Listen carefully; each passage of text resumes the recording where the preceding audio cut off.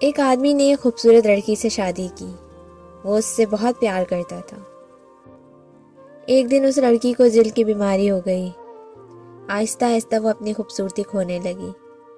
ہوا یوں کہ ایک دن اس کا شوہر سحر کو نکلا۔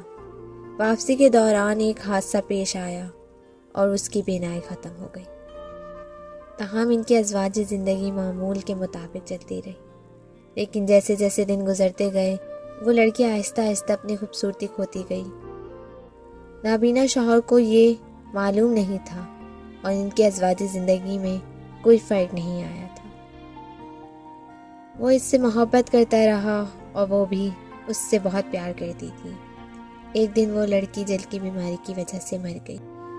اس کی موت نے اسے ایک بہت بڑا دکھ پہنچایا۔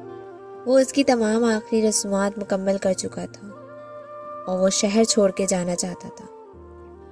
پیچھے سے ایک آدمی نے آواز دی اور کہا، "اب اکیلے کیسے چل پاؤ گے؟ ان دنوں تمہاری بیوی تمہاری مدد کرتی تھی۔" اس نے جواب دیا، "میں اندھا نہیں ہوں، میں اداکاری کر رہا تھا، کیونکہ اگر وہ جانتی کہ میں کسی بیماری کی وجہ سے اس کی جلد کی حالت دیکھ سکتا ہوں، اسے اس کی بیماری سے زیادہ تکلیف ہوتی۔ میں صرف اسے اس کی خوبصورتی کی وجہ سے پیار نہیں کرتا تھا، میں اس کی دیکھ بھال کرنے والی اور محبت کرنے والی فطرت سے پیار کر گیا تھا، تو میں نے اندھا ہونے کا بہانہ کیا، میں صرف اسے خوش رکھنا چاہتا تھا۔"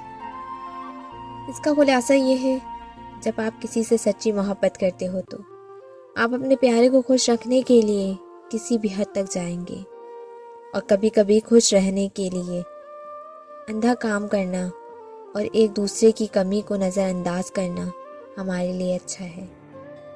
خوبصورتی وقت کے ساتھ ساتھ ختم ہو جائے گی، لیکن دل اور روح ہمیشہ ایک ہی رہیں گے۔ انسان سے اس لیے پیار کرو جو وہ اندر سے ہے، باہر سے نہیں۔